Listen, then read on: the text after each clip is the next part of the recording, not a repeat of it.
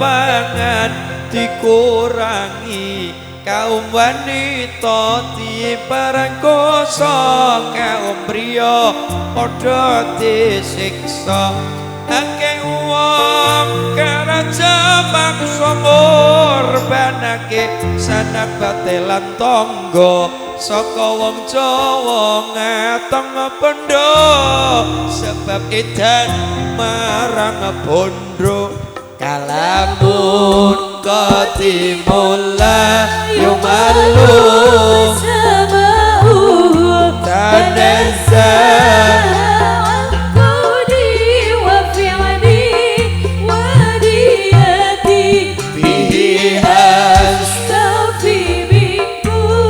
lidain wa nurut dalilun liqalbi inda jalil wa khairati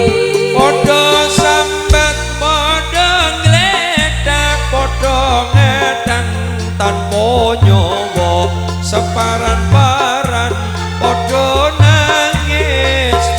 nangis ora duwe bondo Tegala sawah tinandur kapas penjajah negara raja kaya dirampoki dibegali ante londo kalamun qadimullah yumallu sama'u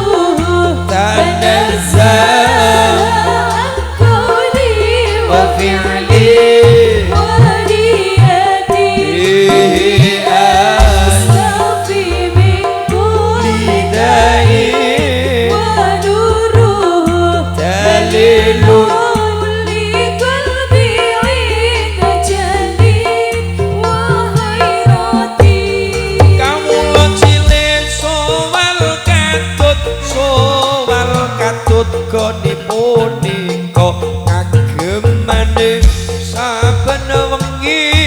saben wengi lan saben rina kukar